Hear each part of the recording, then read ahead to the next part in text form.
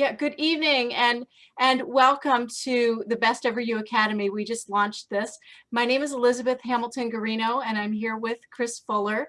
And yeah, hello. We are here tonight with you for about 40 minutes to an hour to talk to you all about hashtags. So I'm going to turn the presentation to Kris Fuller. If you do have comments during the presentation, please type in the comment field. We're going to reserve questions for the end. And thank you again for being here with us. And we hope you find this informative. Here's Kris Fuller. Thank you. Perfect. That's right. So what is a hashtag? So welcome and thank you for being here. So first and foremost, one of the things we suggested, and if you have the ability to do this, please do. Watch the show that we're doing now on a computer, on a tablet, on a device, and then have a phone handy or vice versa, because we're going to get you to use one of the devices. And it's nice to sort of watch and listen and then use your phone to try some of the things we're going to talk about. So Elizabeth is my little slide clicker alonger, and she's going to move us to our first slide.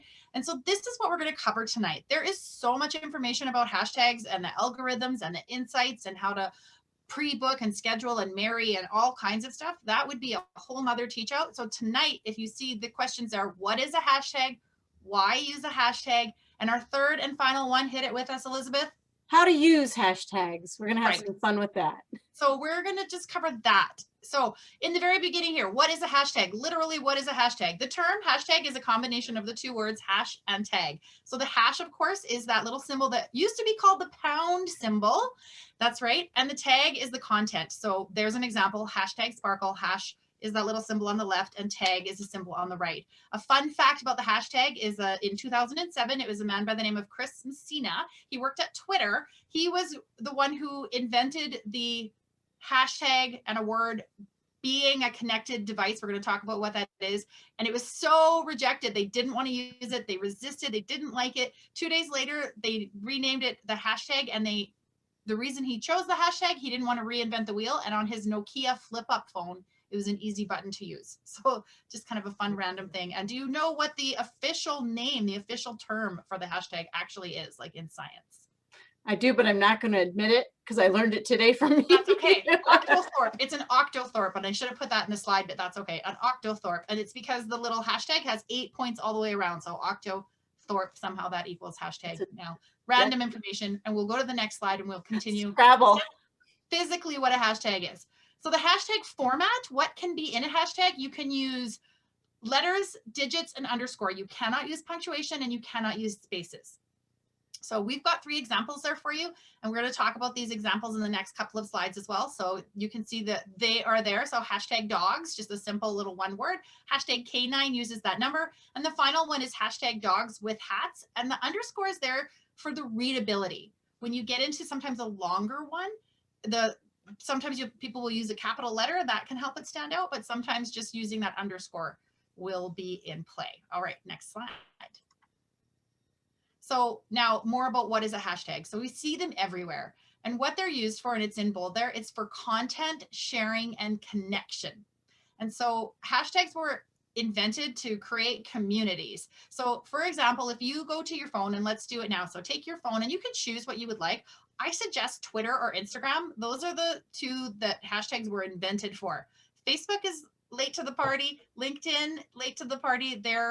They still use hashtags, but if you have Instagram or Twitter, those would be really good ones to go to. So take yourself, I'm going to go to my Instagram. On your Instagram, you'll see a little at the bottom somewhere, a little search arrow, a search magnifying glass. Go ahead and hit the word search. And on your phone, put in hashtag DOGS, hashtag dogs, and then hit return. So Elizabeth, are you doing that with me too, or you're just watching me do it? I'm kind of watching you do it because I did it earlier, but I'm going to go now, and I'm going to go right with you. Perfect. I just wanted to say, and folks at home, you can see what it says. There's 124 million posts about hashtag dogs. So you go, well, what is the effectiveness? What is the point? And we're going to get into that with how to use them better and why there's some really big ones and some really little ones. But the first thing you've just learned here is that you can search for a hashtag. And if you're doing that right now and you're on that hashtag dogs at the top, you can also now select, if you're on Instagram, to follow it. So then you would get posts or information or whatever, or you could go back to it and it's just another account that you follow. So you can follow hashtags now. So that's fairly new. Yeah. All right, we're going to continue with our next slide, and we're going to do. I actually have a question. Yes. I'm going to raise my hand. Do you think that Instagram is the platform that really most uses hashtags? Like they've really got it down? Yes. Yes, I do 100%. And we'll talk about that when we talk about the limit and the number of hashtags you can use on platforms. So Twitter was the one who founded it, and Twitter, it's still really relevant on Twitter, but I would say Twitter and Instagram are the top two. They're like the king and the queen of like hashtag embracing. And like I said, Facebook and LinkedIn will use them. So will YouTube. So will Pinterest. So will Tumblr. I feel like every platform now has them, and every platform is using them, like a live link and a search link. But the Instagram and Twitter were the like pioneers and the ones that sort of they were crafted for. So the more specific your hashtag is, the more you can narrow down your search or your community. So on the left there, we've got those 3 examples. We just did dogs, which was 124 million. Canine is also going to be really high. But if you take now on your phone, let's go ahead and search wiener dogs. So go back to your search bar. Of course we are. And put in wiener dogs. That's right. You can use the underscore or you don't have to. It's up to you. And so when you search that, I wanted you to look at your return on how many searches you get for wiener dogs. And don't forget about putting the hashtag at the front. If you don't put the hashtag, you'll just get hits on the word wiener dog. Can do wiener dogs rule too. Yeah, and you can have, wiener dogs. There's a whole bunch. Wiener dogs rock, wiener dogs love. Like there's lots of things in there. So when I look at wiener dogs with the underscore, I get 100 posts. If I look at, if I do wiener dogs without the underscore, I get 209,000 posts. So a lot less than, there's a little guy. Oh, hello. So a lot less than the 124 million. So you're narrowing it down. So now if you're a dog fan and you specifically want to look for wiener dogs, that little search will slow you right down. On the right-hand side, there's a little hashtag there I borrowed from a friend, and it says Mila N Dash. Those are her 2 dogs, Mila and Dash. So if you were to search that, and let's just do that one more search one more time, hashtag Mila and Dash, MEEHLANDASH. And if you search that, now you're going to get fewer than 100 posts. And if you were to click on that, Mila and Dash, you will see all the pictures are that little family, those 2 little dogs, that's it. So now if I go visiting them and I take some secret pictures or I take a walk and I'm dog sitting and I think, I'm going to put these pictures up, I can put up that hashtag Mila and Dash on my account. Then if this family wants to go take a look for them, they can get them and see them. So one of the community reasons that hashtags were formed is for things like family reunions and fundraisers or groups that were kind of getting together for something, and certainly like weddings, and families will use a unique hashtag there too. The only thing about that is you don't own the hashtag. So if some other couple in Australia got 2 little rabbits and named them Mila and Dash, you could have a cross search. So you don't necessarily own your hashtag. Next slide. All right, next slide. And so why use hashtags? And I just touched on the community a little bit here. These are the 5 reasons we're going to use our hashtags. We're going to go into each of these with a little bit more depth, and Elizabeth's just going to read you through the table of contents for these 5 things. All right, so we use hashtags for these 5 primary reasons: community, services, and in that include competition, branding for visibility, promotion, and then I love this one, activism. Yeah. So each slide now is going to break these down. We're going to go to the next slide, and number 1 is community. And so I had just touched on that a little bit with the dogs and then the specific. So for myself and Elizabeth, we are both writers. And if we put something up about a journal that we had written or a book that we had, and we hashtag writer or we hashtag author, that might draw attention from other writers and other authors. And if I then click on my hashtag writer, I can follow that, and I can see, when you follow something, it's going to hit your newsfeed a little more, and you can engage and you can write things in there, and you can find people in your community, whether you're a pharmacist or a realtor or a writer or whatever your community is.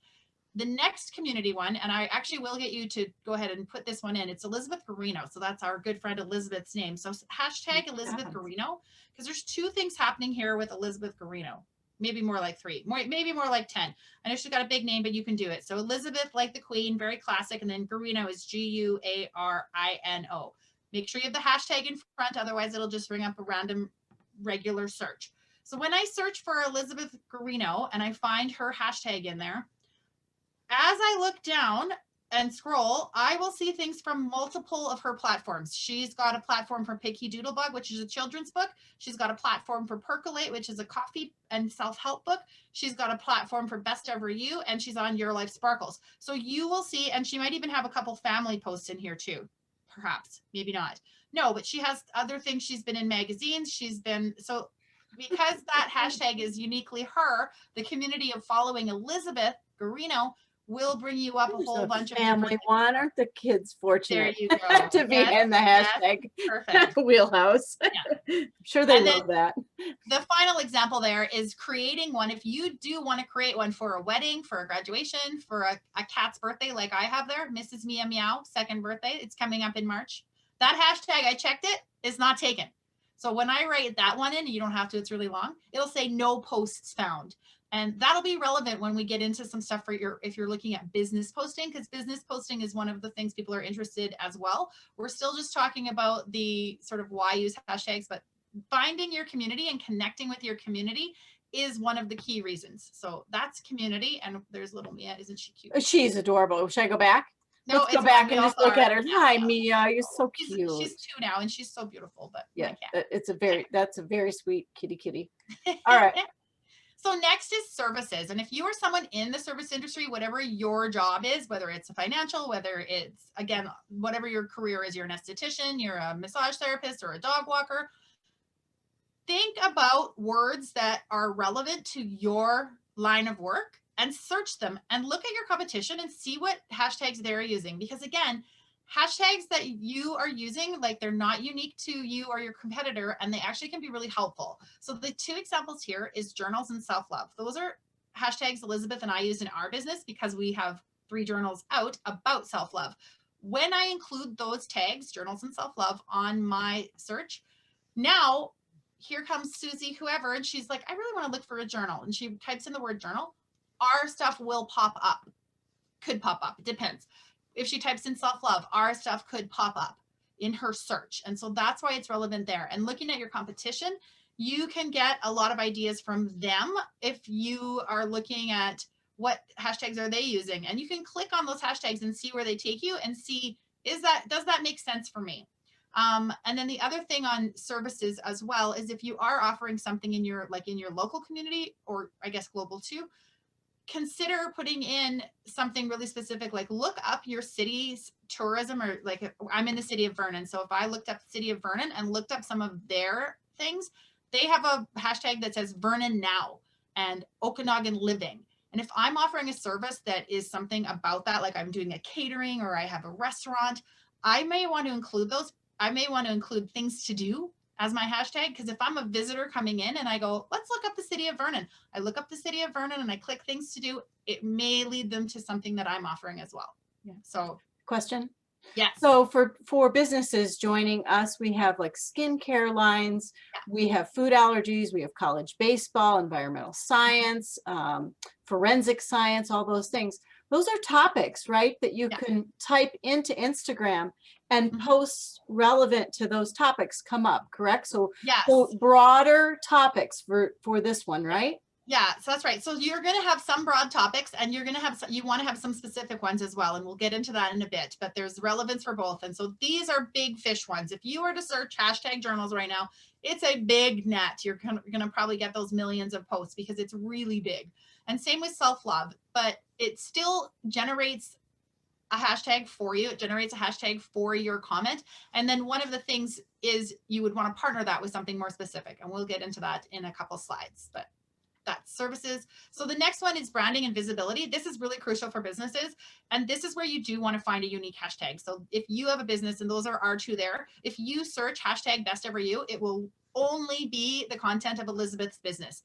I think there's 1 or 2 rogue posts that somebody who baked a cake once in Kansas put up and wrote best ever you, whether by design or accident, it doesn't matter, but that came in. It doesn't hurt her.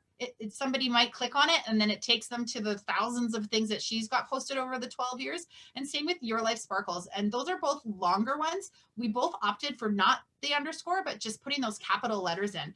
But searching for that, I looked for a shorter one, but I looked the word sparkle, sparkly life, sparkler, and it was so busy and it was so widely taken that I ended up going with the entire business name Your Life Sparkles because it is uniquely me. Same thing. There's one or two people who have done some 4th of July something or Canada Day fireworks. And in that they've written Your Life Sparkles. They're not with my brand, with my business. It doesn't hurt me, but it's as unique as I could get it. And hopefully I continue to grow it. And then people go, okay, I'm not going to use that for my thing. Right.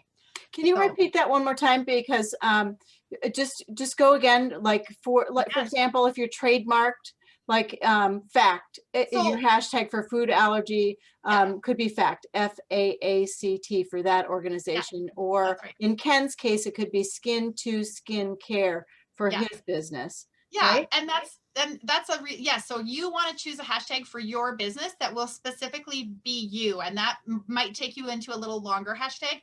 Do go to the search bar and go to the search bar on multiple platforms, because again, they may vary. And you can even go to Google or Safari and just search the hashtag there, but make sure you put the hashtag in. If you just search skin to skin, or if you just search best ever you, you're going to get websites. You need to put your hashtag in so that when you search it, it'll literally bring up your hashtag. So for those business folks, search your business hashtag. And if your business name is something that's like skin to skin, maybe that is already taken by some other company that does soft sweaters or something. So then he needs to go skin to skin. And I actually don't know what his hashtag is, but pay attention to who else is using something very similar so that yours can be truly unique, because that is how the branding and visibility comes into play.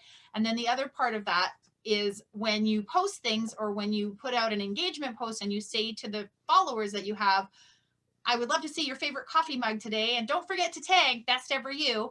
Then when they tag it, that draws engagement, and their friends looking at their post will perhaps draw them in as well. So an engagement piece with your branding is asking your people to use your tag, and you pick which tag. So let's give an example of that with Pinky Doodlebug with the coloring contest, maybe. Do you want to talk about that? That, the perfect one is Pinky Doodlebug is a children's book that Elizabeth wrote. And with that, you wrote it too. Yes, that's right. I co-authored it. Don't leave yourself out. That's right. So in the instructions, it says, fill out our coloring form, load it to your social media, and then tag us, hashtag Pinky Doodlebug. So when we search Pinky Doodlebug, and as the business owners of that book, we search our own hashtags all the time to see who's mentioning us. So that can be really good for when you're running a contest too. Because if you say, I'm doing a contest on your page, put in the hashtag best ever you, put in the hashtag Your Life Sparkles, put in the hashtag Marsha's Fabulous Cakes and Bakes, or whatever yours is. Then you can search it the next day and it'll show you who posted, and you can go, oh, here are all the people that actually did it. And then you can celebrate them and connect with them and be like, thank you for posting, or whatever, especially if you're an emerging business and you really want to grow that engagement. So yeah, let's go to our next slide. And here, this is perfect because it just leads into that promotion. So the promotion, getting your people to use your specific one is great, but there's lots of, and you'll recognize some of these as common ones, right? So BOGO, of course, is buy one, get one. Follow for follow, if people put that, and sometimes it's shortened. So if you are someone who sees a hashtag and you don't know what it stands for, like there's F, it would be F and then the number 4 and then F, and that would be follow for follow. And I should have wrote that in for the short form as well. If you don't know what it means, Google it. What does this hashtag mean? You know, there's another popular one, hashtag TBT, and that stands for Throwback Thursday. And people who are using hashtags are aware of that, and they kind of know if they see that on Thursday, they're going to see something retro. They're going to see something from a couple of years back. They're going to see something that is, you know, reminding of that. So the Throwback Thursday. And then the next two there, Discount Tuesday and Motivation Monday. There's lots of tags out that kind of go with like a daily theme, and those can also draw interaction and attention for you as well, right? So Monday motivation, and then you put your post up, and when people read it, they recognize that and they go, oh yeah, Monday motivation, that's Monday. And this company is encouraging me to think like that and think I'm going to be motivated. Isn't that great? So sometimes it's just like planting a thought as well. But again, all of those, when you put a hashtag up, it now is a live link. So on any of your platforms, you can go and you can click on anybody's post. And if there's a hashtag there, you can touch that hashtag and it'll take you to that hashtag's landing page, because hashtags now are those communities. They all have their own landing page, and they will marry all of the people who have written hashtags for that one. Okay, Yeah. next post. I think my favorite one is Catterday over on Twitter. Everybody Yes. posts their cats. It's like Yes. Catterday. You know? Yes. I think it's trickled over to Instagram too, but I get a kick It out for of sure Catterday. has. It for sure has. And that is the thing. There's a lot of cross posting and lots of people get involved with stuff. And it really does. If you see somebody post Catterday and you're like, oh, I have a cat, it's Saturday. Now you're like, I want to get in on the game, right? Because people have that, they want to be included. And that's what the hashtag can do for you, is when somebody sees it, it triggers the user to go, oh, there's a hashtag. I could do something about that. I could join that team. I could be part of that movement. And this is a perfect segue for this one on activism, because if you are promoting something that is community minded, you can see our examples there. Those are really great. And lots of times people and businesses will write in their post, use our hashtag, and that gets them so much attention. One of the ones up here in Canada is the Bell Let's Talk. It's for mental health. I don't know if you guys have that telecommunication service in the States, but the Bell Let's Talk, they have a huge ad campaign, and the ones you see there as well, breast cancer awareness, diabetes walk, and you'll see them for other fundraisers or events going on, political fundraisers, all kinds of stuff. And they'll put that hashtag, and then people will sort of be aware of it, it'll be known. And then they'll say, every time you use our hashtag, we're going to donate $1, or we're going to do a thing, or we're going to make sure that somebody gets a pair of socks, or whatever it is. So they can track that. And then that's a way for people to be inspired to want to do it. Right. So it depends how or what they're promoting or doing with it. But it certainly is something that when a hashtag is used for activism, you want to share it. You're like, that's right. I do care about mental health. I do care about food allergies. I'm going to write in, please be careful about packing lunches, hashtag food allergies. Yeah. So the activism part is also really good. Huge. So those are the 5 for why to use hashtags. Now, each of those, you could go deeper dive into all of them. Hashtags are still fairly new. I know I said they started in 2007 with Twitter. They grow and evolve like year over year. There's a lot to keep up with, and there's a lot of difference in how they have been used to what is coming and how to correctly use them. And even here now, we're going to be talking about how to use hashtags. And I know when we were looking at this, and it says, number 1, use 1 to 20. That's a huge range. We're going to talk a little bit more about where to use more and where to use fewer, because platform by platform, it varies. And the hashtags are always at the end of your post. And there's different formats for what that could look like as well. We'll touch on that. You put 1 space between your hashtags, but your hashtag itself, remember, it's hashtag and then the word all crammed in together, but then you just do 1 space and then you do your subsequent hashtags. And then how to use hashtags. The other tip that I have for you there is if you are running a business like we do at Best Ever You, save your main list. So I have a list of like 10 hashtags, and it's Best Ever You, Your Life Sparkles, Be Brave, Be Bold, Kris Fuller, Elizabeth Hamilton-Guarino. It's this 10 core hashtags that we use for our business every single time. I have those in a list on my phone. I can copy them over. Or if I'm on like Facebook or LinkedIn, and I can go to an old post and I can copy them over. And then I might add 1 or 2 that are relevant for that post that day. But I want to use that consistency with the big chunk. And I do save them, so I don't have to type them every time. I don't have to think about them. I don't have to remember them. And that is a very helpful thing. So I know on both Apple phones and Android, you can save your list. There's other ways to do it too, and I'll touch on that in a minute when we get into each of these. So each of these we're going to break down a little bit more now as well. So Instagram is the big dog. Instagram is the we love hashtags. Hit us with the hashtags. I touched on this earlier. You can do hashtags in your post. And so here's an example from the Best Ever You network. And at the bottom there, you can see the hashtags I was talking about, Your Life Sparkles, Best Ever You, our 2 names. And then there's journaling, journals, author, and authors of Instagram. And so those are just a couple of neat little ones to tag in on our journals with our steady ones. Yes, Elizabeth. Well, and also we actually had the blue journal out for a little bit before we did this post. So our journals gained momentum, our posts and journals gained momentum, so that we didn't have to. I think the very first time we put a journal out, we put like the maximum 30 hashtags with it to see what sort of caught on and what stuck. And then we found as we were posting, these worked a little bit better. what was I was going to talk about before we did this one. I was going to say what happens when you do a post with no hashtags. Do we have that in here? I can't remember. I know No, we we talked don't. about it. That's okay. But if you don't include hashtags, you're just missing an opportunity. So if you are just someone that's posting your family or your dog and you're like, I don't necessarily care about that too much. I just wanted to maybe understand what is the purpose of all these hashtags and whatnot. If you're just doing it for personal use, you could put them in, you could skip them. It's up to you. You will still find, like if I put a post, I just did a picture of me from 1986 and I wrote a Throwback Thursday on there, hashtag TBT. Friends of mine on that same Thursday, you included, went, oh yeah, I'm doing that. And then put up a picture of them in a 1980s grad dress or when I was 2, I had to wear corduroy and checkers or whatever. And it just, and it's not just something that I started, but friends of mine who saw mine, then they were inspired. They're like, oh, Kris is doing it. I'm going to do it this week. I don't do Throwback Thursday every week, but when you put that hashtag, sometimes I think it inspires the friends to do that. So before we leave this slide though, I do want to just talk about how we have got our post there, and the post is short. It says journals, and there's hearts and coffee cups and just a few little icons. Then there's a space, and in Instagram formatting, Instagram wants you to have a space there, or you'll see in the next one, a couple spaces, or some people even just put a couple spaces and a line with a period. It just draws the eye down and kind of is like, here's our post, and now here's our hashtag family. And so Instagram, like I said, it's the big dog. You can put up to 30 hashtags on your post.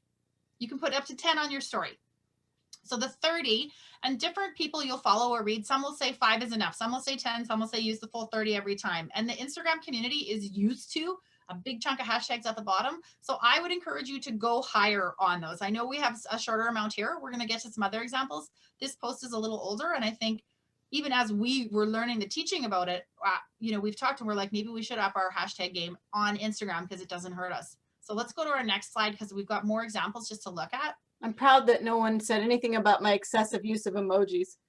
I love your emojis. You're just going to ignore me. That's really beautiful too, right? Because sometimes, so here's another post. This one is done by me at Your Life Sparkles. Cute picture of me with my little coffee. Beautiful. And I've got a little write up at the top. And here's the example where there's, if you look at the bottom of my post, it's got a little pink heart and a yellow book, and then it goes ...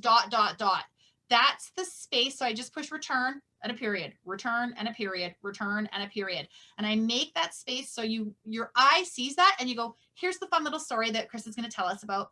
And then here's the business downstairs. And you can separate that. It's visually nicer to look at. And I do think that is, for what I've seen businesses use, one of the preferred formats on Instagram. So if you skip down like that, that's really nice. So you look at my tags below there, and I've got the Your Life Sparkles, Best Ever You, and Kris Fuller embedded in there. And then I have a whole bunch of other ones because it's just a random coffee post for me. I didn't have something really specific, but I like some of those key words that our network uses. So you see, I've got inspires, I've got empower. Oh, I can see I did Your Life Sparkles 2 times instead of Best Ever You there. So I must have had a cut copy error. You got this, journey, goals, be brave, be you. So there's Best Ever You. Never mind. It's there. Just 2 on that one. Sparkle to, so you get to throw that glitter, Let that be a lesson to you. Watch your cut copy because I've got 2 on Your Life Sparkles. But in any event, okay, that's a different format. That's an Instagram post there as well. Okay, next slide. And could be hashtag beautiful eyebrows even. There's a lot that you can do with that. You can hashtag that coffee. Really it just depends on really where you want to go with the audience on that. So, and when you put that, like I could put side ponytail and then somebody might write in, oh, I love side ponytail, I put one in. And that is where the engagement piece can happen because people kind of look at those too, right? And even though sometimes they're not aware, they're not like, I'm going to read these hashtags, I'm going to have 10 thoughts about it and I'm going to write in about it. No, it's much more organic than that, right? If you see something that's cute, like, or inspires you or whatever, you might write in on that. So sometimes, and that is, I was going to touch back on those broader words, like the word inspire. Somebody might be hit by that word right then and go, oh, this just inspired me to do this because of those little connections. If you look up the word inspire in your search bar on any platform, you're going to get millions and millions of posts, but it's still a very effective word because people want to be inspired, look for inspiration. They see the word inspire and they go, oh yeah, I want to do something that is hashtag inspire by me as well. So that's where those bigger words can have some traction for you. Okay, we're going to go to our next example slide. And so Twitter was the grandfather or grandmother of the hashtag, but Twitter is really sharp and short. Twitter itself is it limits you to 150 character posts, or is it 170 something? Yeah, I've got privileges on there, so it's a little different, but yeah, it's that's longer. All right. Yeah. Some And are, so some Twitter is, don't, you don't. Yeah. yeah, so Twitter is known as a micro blog, like a mini blog, and it is a words, like Instagram is known for its photos. Every post on Instagram, you must have a photo. You can't just do words. So Twitter now you can put photos, but it still is really just a tight, compact words. And sometimes you'll just have a 3, like, go for it, and then 2 hashtags. Like, it doesn't have to be a really meaty message, but you'll get what you need in a quick, easy way. And so Twitter is asking or suggesting, I would say, between 1 to maybe 4 hashtags. But if you have too many hashtags on Twitter, it's like the people in the tweet land and twittering and all of that are like, oh, I don't have time for this. This is too aggressive. Like, keep it short. And they really want it to be kept short. And so that is the rule of thumb, 1 to 4 on Twitter. And you can see here, Elizabeth's got this, and she's got best ever you. So that draws people into her company, to her network, and the hashtag tips to be your best. At the very bottom, you can see she's had 66 retweets. So every single person that shared that out to their network, now all of their friends who would be scrolling and looking are going to see this post and go, okay, that's cute. I like this little Elizabeth. She's doing great messages. And now in hot blue are the 2 hashtags, and they might go, I wonder what that is, and click it, and it might be a lead for you to get someone to check you out that hasn't checked you out before. And certainly on Twitter, it's one of the, like, easiest platforms to follow back. Actually, they all are. You just click that person, you follow, you like. It's so easy to just gain that person in your network. As soon as somebody likes you or checks you out, then they get the chance of maybe seeing future posts by you. And then that's how you grow your business, grow your brand, grow your community, get more followers. I think one of the biggest differences between Twitter and Instagram is Twitter really loves links and Instagram really doesn't. You can link in your story in Instagram, but not in the feed. Whereas Twitter really loves, Twitter's a great drawback to something like to lead people back to your website or to lead people to do something, because you can do a little word post, the link, and then your hashtags. And then Twitter also loves it when you absorb your hashtags into the post, whereas Instagram really loves them at the end.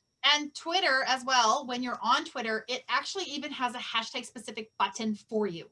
So you do your little tweet and you say, Kris is the best, or whatever you're tweeting. Feel free to use that one. I don't mind. We should. And, and then it says, do you want to put a hashtag? And there's a little hashtag. And if you click that, it generates your first hashtag. So now you just write your words, or you use your cut copy or whatever. So on Twitter, you may not be using your cut copy, because if you've got 30 saved, you don't want to delete 28. You might just write those ones out yourself, right? It's for the bigger ones that you want to have the cut copy ready. All right, let's take a look at our next one, which is Facebook. So Facebook is also, you do your regular post and you'll see at the top. So it's got her name because it shows the user posting it. That's Elizabeth posting. It says, may gratitude guide you. And then just 2 simple hashtags there. Those hashtags become live links. That's why they're blue. And if you click them, they'll take you to, on Facebook, those link where they, or sorry, those hashtags, it'll show you who else has posted hashtag best ever you. It'll show you who else has posted tips to be your best. Those would be largely Elizabeth, but others could have cross-reference there. And then that's that new community, the community of tips to be your best. Yeah, this turned out to be a big post. This turned out to be 2.7 thousand likes with like 4,000 shares and 4,000. I mean, it's still growing today. Even this post from back in December is still being shared around the internet. So this is an example of a viral post. And that's an excellent point too, is that this post, they don't die. People will go to your feed and they'll be interested in you. They'll scroll along and they'll click something from a year ago and still be engaged and still see that hashtag. So the relevance is still there. And so just to wrap up on the Facebook one here, Facebook is, like we said before, they're sort of the last to the party. Facebook does typically have, maybe we're a little more long in the tooth, the main core of Facebook. And some of us, I know people in my cohort and myself, I'm really comfortable with Facebook. I love Facebook. I'm Facebook heavy in all I do. Instagram, I'm pretty good. Twitter, I'm pretty good. But when it comes to some of the newer, like TikTok and Snapchat, you know, I'm not there yet. And I'm just like, oh, I'm behind. And the Facebook users, we didn't have hashtags in the beginning on Facebook, and we didn't need them. And so there is the argument that, do you need them on Facebook? Because a lot of people are ignoring them and saying, take your hashtags over to Twitter and Instagram. But it doesn't hurt you to have them. So just drop them in at the bottom, but keep it respectful, because that's where the Facebook user that wasn't used to it is kind of like, I don't need all this. Get this garbage out of here. Put your laundry away. So 1, 2, 3 on Facebook is okay. And if you do more, good for you. Be bold. Because here's the situation. There isn't a hashtag police coming around going, you've done this. It's really just about how you're engaging with your user and how your user wants to be loved and adored. Yeah. Although your children are your TikTok police, I will say that. They just heard you say TikTok and they all cringed. No, they love it. They love it. Off a platform, Mom. I'm going to challenge them all to do a duet with me and your mom. So just settle down on that. Okay. Okay. So into our last topic that we're going to talk about tonight, and then we're going to open it up for questions on just this stuff. And it's how to use your hashtags. And Elizabeth, you can just fire off those 4 there, and then we'll talk about that in we have one post to talk about all 4, but these are the 4 things that you want to consider if you're a new hashtag user or creator, or you're about to use them, or you're kind of like, okay, I'm ready, but what do I do?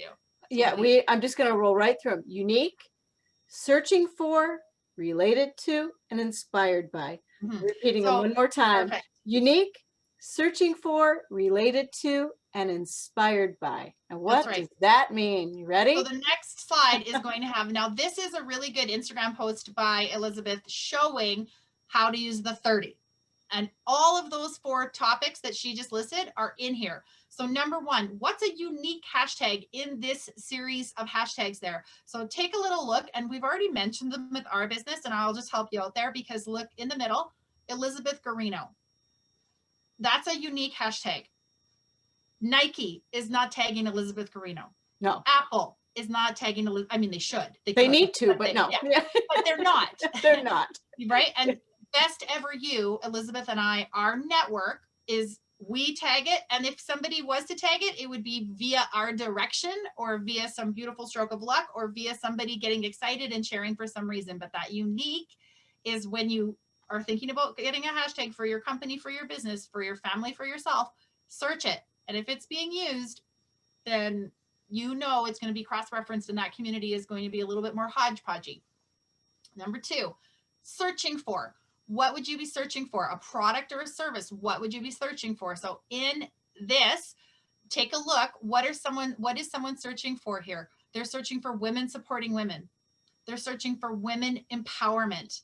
They're searching for authors. So that one could be something that they're specifically looking for. If they're like, I'm looking for an author to work with about women empowerment. And you can search on all social media platforms without the hashtag. You could type in women empowerment and authors, and this post might come up.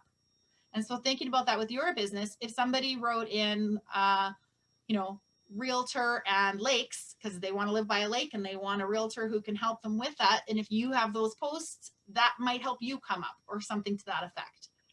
So related to is very similar to searching for, but it can just be a little bit more, a little bit less tangible. So related to, and if we look at I love the beginning 3 because there's success quotes, and success mindset. Those are all very similar and they're sort of related to each other. And this is the guessing game because you don't know. You're like, I really want to get this client or this person interested in my business. And you don't know exactly what they're going to search. So you might just do a little family of related stuff like those 3 right up there.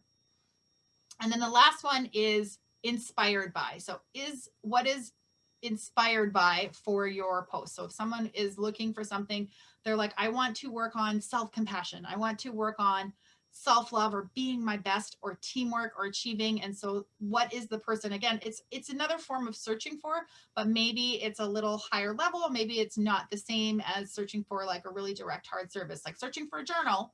And you're like, I need something to write my pen and paper in. It's different than searching for how to never give up. Because you may find something that's like coaching or a course or someone to follow or someone to reach out to. So it can be slightly different there. So this series of hashtags there has all 4 of those things in what you would be looking for. So if you're generating hashtags for your business, those are the 4 things that to keep in mind. So pro tips at the end here, I've already mentioned, save your hashtags. So you can save them on your phone. You can save them on your computer if you so cut copy is there. The 3rd one says use a scheduler. And so this is if you're someone in a business and you have multiple platforms, as many of us do, there are schedulers out there that will allow you to post to all of your platforms. So 2 of the big ones right now, there's one called Hootsuite like HOOT, like an owl, and then suite, SUITE, like hotel, Hootsuite. And there's another one called Later, LATER. Those are two really good ones, but you can always Google it and say, what is a scheduler for my posts? And you can pre-post and schedule content for like a week or 30 days. You can go quite far ahead. The other thing is, even within your platform, so Facebook will allow you to schedule posts, and you can schedule a post to Facebook and select Instagram and have it both go there. Instagram will allow you to cross post. You can go to your settings and you can go into your where you want from Instagram for it to share. So you can do some similar posts. There's a whole nother academy about what to post where, because people will say you should post differently and uniquely for each platform. But there's also some school of thought that you want some consistency, and how do you navigate that? That's a whole nother academy. However, Elizabeth's got your little wave on. Yeah, I'm gonna add a little bit to that and say that wherever you are, be present though, because users, especially now, we're trained to know when you're doing that, especially if you're using a scheduler and just broadcasting, but you're not engaging. That's like, look at me, look at me, look at me, but I don't care what you're doing. And that is called, it's got a name as well. They say don't ghost and post.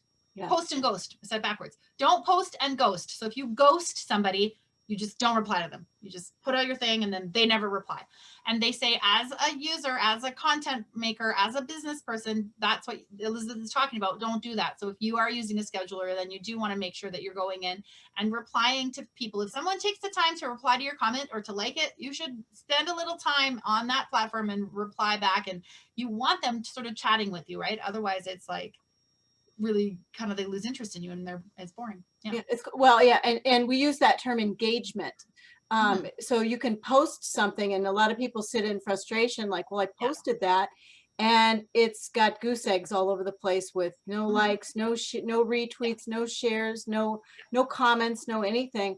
And so you need to then look at maybe what you've posted or look at what hashtags you've used, or if you're, like you were saying, ghosting and posting, and if you're just really just there and not engaged. And you can also Google or posting and the ghosting, best or the top hashtags in your field. You can Google that and be like, what are the best hashtags for selling shoes, for walking dogs, for skincare or whatever. And there's even, apps and tools to look that up. So there's one called Hashtagify Me, and you can look up on Hashtagify Me and see what are the most powerful, most popular hashtags. It's always changing, so it's not like you look it up and you're good for life, but there are tools out there. And again, just Google it. How do I find the best hashtag? And they will say, go to this, and it's free information, and you can just choose one, click it, and then search in your industry and find out what is trending right now. You know, the biggest hashtag in 2020 on Instagram was #love. So I just looked that up right before we did this, and #love is a really broad one. And then 2, 3, 4, and as you look down the list, if you were to Google the most popular hashtags, it's interesting how it changes from really broad to some really specific ones. And if someone's in there with a specific one, good job them. They did a great job of getting people to use it and to engage with it. Last tip here. Wait, go back. Yeah, I'll go back. Oops, sorry. It's okay. Is the proofread. And the proofread is, because hashtags are words often squished together, do take a look at it from a holistic point, because here's my situation. I also work as an artist, and my name is Kris Fuller. And when I was doing my website, Kris Fuller, my name is popular. It was kind of taken, and I wanted to minimize it. I didn't want it to be too long. So I thought, oh, I'll do initials. I'll do KF, and then I'll do the word art. And it looked like K fart, because when it was all squished together, the K got lost, and all I could see was the word fart. And I was like, oh, nobody's going to see the word art, are they? And no, they didn't. No. And so I did not use that hashtag because of that, right? So put your hashtag down and take a look at it and think, is there anything, because there's another one right now. Elizabeth and I are using the hashtag incredible yes. Yes. And the word incredible ends with an E, and then yes is YES. And all we could see is the word eyes at the end. And then that was a decision to either put in an underscore or put in a capital E to bust it up so that a capital Y, so that your hashtag, you can read it. So sometimes hashtags get long, and there's one I just saw that was like hashtag don't call me, I'll call you. And it took me you know, like 24 seconds to read it because it was very long and it's all squished together. And that's cute and that's funny. And obviously that is what can happen with hashtags too. But You ready? that is our introductory welcome to hashtags from the Best Ever You Academy. As we mentioned in the beginning, I'm Kris Fuller, and of course Elizabeth Hamilton-Guarino is my tech support and helpful guide on figuring this out. We loved putting this course together for you, and honestly, it was either 1 hour or 15 because there's no stopping with these types of things in the digital world. And we didn't even talk about there's ways for you to look into each app and find out if your hashtags are effective and find out what your top hashtags are. And that I'm sure that'll come up in our academy in future times. But yeah, thank you so much for coming. We're glad you're here. We will look for any questions in our comments as we sort of sit here for a moment. And the last thing we want to say is if you loved our hashtag Havoc tonight, we gave everyone free access because this is our academy launch, but we would also invite you to buy us a virtual coffee if you feel so inclined as a means of appreciation. And that link will come back to you in your email when this is done. So everyone will get that email saying, thank you for checking it out. And if you wish to buy us a coffee, please do so. And it's a virtual cup of coffee and it's just a token of appreciation. So questions about hashtags. And if you are watching this on replay, feel free to still send us an email. You can reach us at besteveryou.com and send us your hashtag questions because we'll still figure out a way to answer them for you because that's how we roll. We're nice like that. Yeah.